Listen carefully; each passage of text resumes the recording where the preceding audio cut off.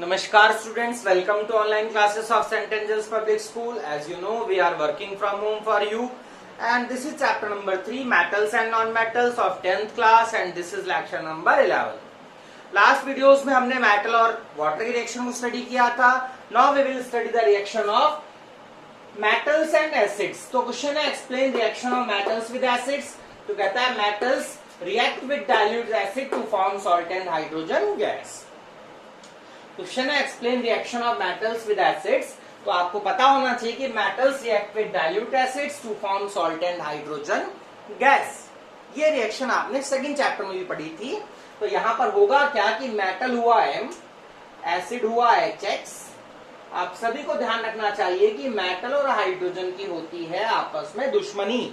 Metal हमारा सीधे जाके हाइड्रोजन पे अटैक करेगा, हाइड्रोजन को मार के वहां से भगा देगा, यानी इसको यहां से डिस्प्लेस कर देगा, इसको यहां से ये हटा देगा. जब इसको यहां से हटा देगा तो इसकी जगह ले लेगा, ये बन जाएगा MX यानी कि सॉल्ट.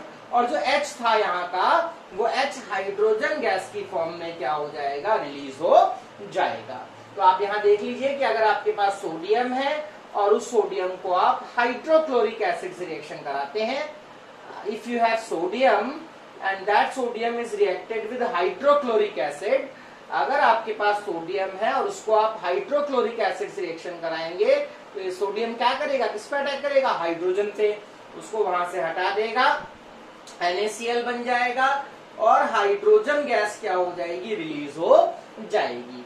ऐसे ही अगर आपके पास आयरन है और आप आयरन को इफ यू हैव आयरन और आयरन को आप रिएक्शन कराएं H2SO4 से सल्फ्यूरिक एसिड से, देन सेम वे में रिएक्शन होगी. आयरन हाइड्रोजन को डिस्प्लेस कर देगा, ये बन जाएगा हमारा आयरन सल्फेट और हाइड्रोजन गैस क्या हो जाएगी, रिलीज हो जाएगी. बैलेंस कीजिए. तो बैलेंस करते टाइम यहाँ पे 2 आएगा, यहाँ 2 आएगा और यहाँ पे 2 आ जाएगा और ये रिएक्शन बैलेंस है पहले से. आप और भी एग्जांपल ले सकते हैं. आप जैसे अगर आप जो है सोडियम मेटल की रिएक्शन कराएं CS3CuOH से, अगर आप सोडियम मेटल की रिएक्शन कराएं CS3CuOH से मींस एसिटिक एसिड से, कैसे रिएक्ट करेगा देखिए.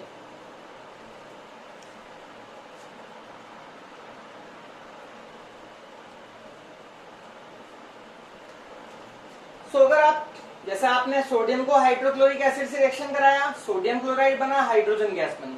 आयरन को सल्फ्यूरिक एसिड से रिएक्शन कराया, आयरन सल्फेट बना, हाइड्रोजन बनी. अगर आप सोडियम को एसिटिक एसिड से रिएक्शन कराएंगे तो सोडियम क्या करेगा, हाइड्रोजन को रिप्लेस कर देगा, सोडियम एसीटेट बनेगा जो कि एक सॉल्ट है और हाइड्रोजन गैस रिलीज होगी. इन सारे रिएक्शन से क्या कंक्लूजन निकलता है कि अगर मेटल एसिड से रिएक्शन करता है तो सॉल्ट और हाइड्रोजन गैस बनाता है. ये सारी रिएक्शंस क्या होती हैं, these all reactions are displacement reaction. ये सारी रिएक्शंस क्या होती हैं, सारी रिएक्शंस जो है डिस्प्लेसमेंट रिएक्शन कहलाती हैं.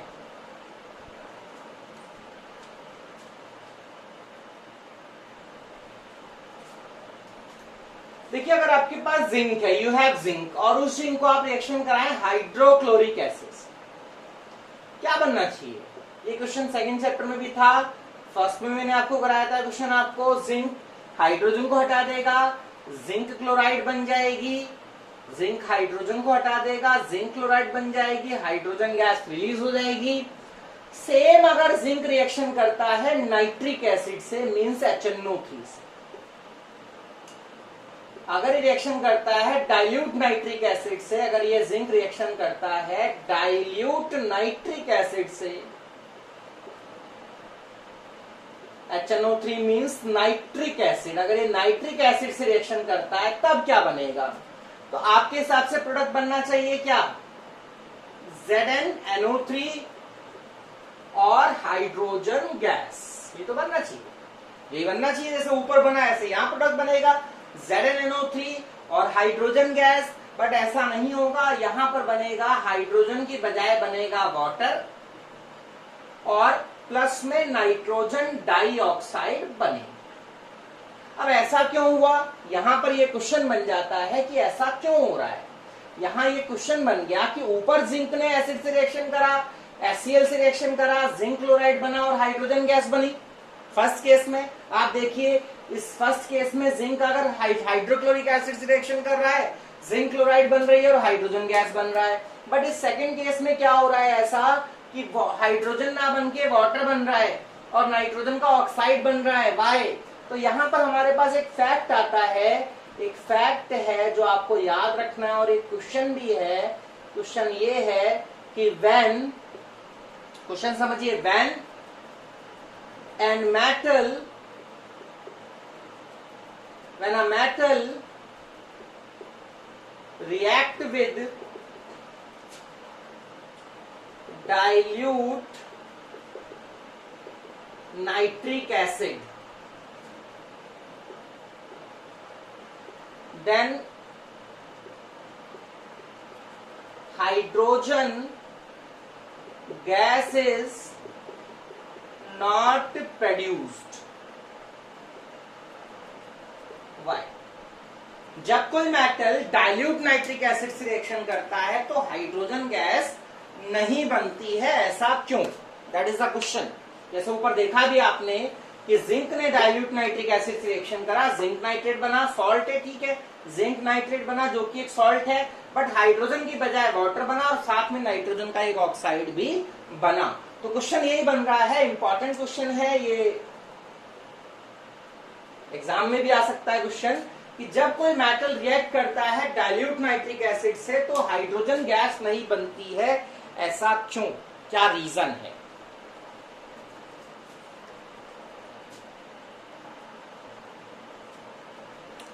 तो क्वेश्चन था when a metal react with dilute nitric acid then hydrogen gas is not produced, why? तो आंसर क्या है देखिए, तो लिखेंगे because dilute HNO3 is a very strong oxidizing, very strong oxidizing agent। Dilute nitric acid जो है वो बहुत ही स्ट्रॉन्ग ऑक्सीडाइजिंग एजेंट है। एंड अब ऑक्सीडाइजिंग एजेंट कौन होता है? देखिए ऑक्सीडाइजिंग एजेंट कौन होता है? ऑक्सीडाइजिंग एजेंट कौन होता है? विच एड ऑक्सीजन, जो ऑक्सीजन को जोड़ दे, जो ऑक्सीजन को ऐड कर दे। तो ये क्या करेगा? Dilute HNO3 is a very strong oxidising agent and it convert hydrogen gas to water. ये हाइड्रोजन में ऑक्सीजन जोड़ के उसको वाटर में चेंज कर देगा and self reduce to oxides of nitrogen, और खुद क्या करेगा? नाइट्रोजन के ऑक्साइड में बदल जाएगा। कौन कौन से ऑक्साइड में बदल जाएगा? या तो बदल जाएगा नाइट्रोजन डाइऑक्साइड में, नाइट्रोजन डाइऑक्साइड में, या डाई नाइट्रोजन मोनोऑक्साइड में, या फिर नाइट्रोजन मोनोऑक्साइड में चेंज हो जाएगा। इंपॉर्टेंट क्वेश्चन है कि जब कोई मेटल डाइल्यूट नाइट्रिक एसिड से रिएक्शन करता है तो हाइड्रोजन गैस नहीं बनती है, क्यों? तो आप बताएंगे जो हमारा डाइल्यूट नाइट्रिक एसिड है बहुत ज्यादा स्ट्रॉन्ग ऑक्सीडाइजिंग एजेंट होता है और वो क्या करता है? बनी हुई हाइड्रोजन गैस को वाटर में चेंज कर देता है, उसमें ऑक्सीजन को जोड़ के, क्योंकि ऑक्सीडाइजिंग एजेंट ऑक्सीजन को ऐड करने वाले होते हैं। तो ये भी क्या करेगा? जो हाइड्रोजन बनी उसमें ऑक्सीजन ऐड करके उसको वाटर में चेंज कर देगा और खुद नाइट्रोजन के किसी ऑक्साइड में रिड्यूस हो जाएगा, नाइट्रोजन के किसी ऑक्साइड में चेंज हो जाएगा। ठीक है, आप इसे नोट कर लीजिए और समझ लीजिए, इसे मैं बताता हूं।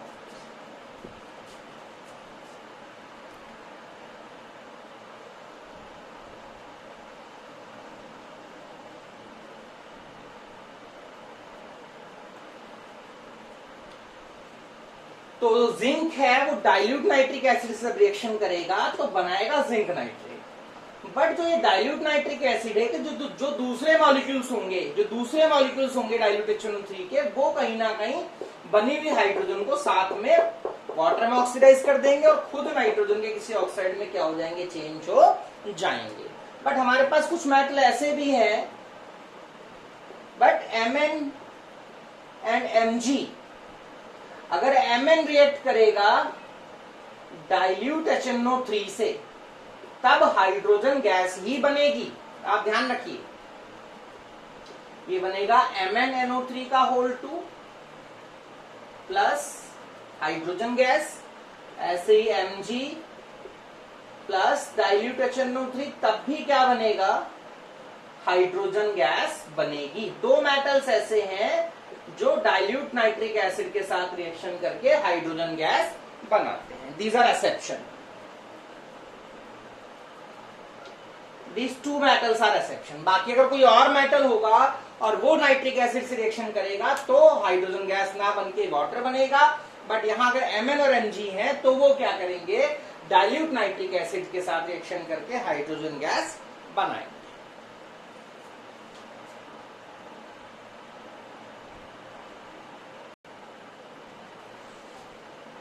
Now we have a question, what is aqua regia? Aqua regia क्या होता है? तो जो एक्वारेजिया है वो मिक्सचर है।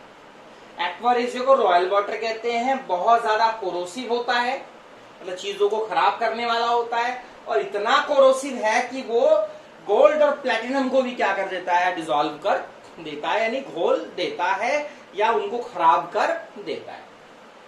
तो देखिए एक्वारेजिया है क्या, मिक्सचर है कॉन्सेंट्रेटेड HNO3 को, कॉन्सेंट्रेटेड HCl का और HNO3 का, कॉन्सेंट्रेटेड HCl का और HNO3 का 3:1 का मिक्सचर एक्वारेजिया कहलाएगा। एक्वारेजिया क्या है, mixture of concentrated HCl and HNO3 और उनका 3:1 का मिक्सचर जो है क्या कहलाएगा, एक्वारेजिया। बहुत ज्यादा कोरोसिव होता है और नोबल मेटल्स लाइक गोल्ड और प्लेटिनम को भी क्या कर सकता है, डिसॉल्व कर सकता है।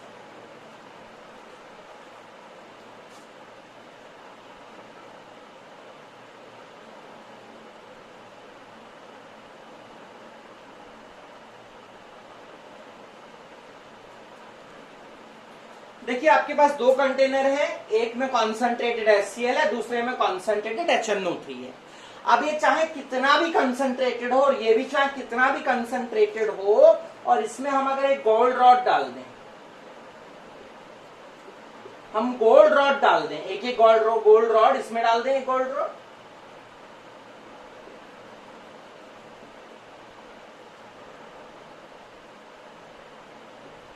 और आप देखिए चाहे कितना भी कंसंट्रेटेड हो, चाहे कितना भी कंसंट्रेटेड हो, चाहे HCl हो और चाहे HNO3 हो, कितना भी कंसंट्रेटेड हो, आप ध्यान रखिए गोल्ड रॉड पे या प्लैटिनम रॉड पे क्या होगा, नो इफेक्ट,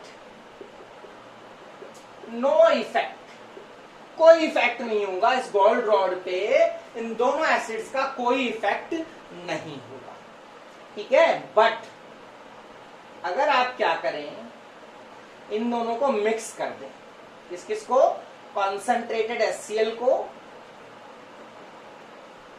और कॉन्सेंट्रेटेड HNO3 को, कितने रेशियो में, 3:1 के रेशियो में। तो ये जो आपका सॉल्यूशन बनेगा, that solution is called what, aqua regia.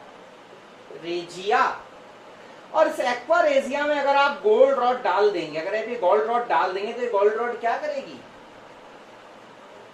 ये जो गोल्ड रॉड है ये क्या हो जाएगी, gold rod starts to dissolve. देखिए ध्यान से फिर बता देता हूं आपको मैं कि अगर आप चाहे कितना भी कंसंट्रेटेड HCl ले आए और उसमें गोल्ड रॉड डाले, कुछ भी नहीं होगा, प्लैटिनम रॉड डाले, कुछ भी नहीं होगा। अगर आप कितना भी कंसंट्रेटेड HNO3 ले आए, उसमें गोल्ड रॉड डाल दें, प्लैटिनम रॉड डाल दें, उसमें कुछ भी नहीं होगा। क्यों? क्योंकि गोल्ड और जो प्लैटिनम है they are noble metals, they are least reactive metals, but उनको अगर आप कंसंट्रेटेड HCl और कंसंट्रेटेड HNO3 के 3:1 के मिक्सचर में डालेंगे, तब क्या होगा, तब गोल्ड रॉड या प्लैटिनम रॉड डालने पर वो क्या हो जाएगी, डिसॉल्व होना शुरू हो जाएगी, खराब होना शुरू हो जाएगी, ठीक है। क्यों? Because aqua regia is very highly corrosive. 3:1 का मिक्सचर क्या होता है, कॉन्सेंट्रेटेड HNO3 का और HCl का, सॉरी कॉन्सेंट्रेटेड HCl और HNO3 का 3:1 का मिक्सचर क्या कहलाएगा? एक्वा रेजिया कहलाएगा। बहुत हाईली क्या होता है? कोरोसिव होता है।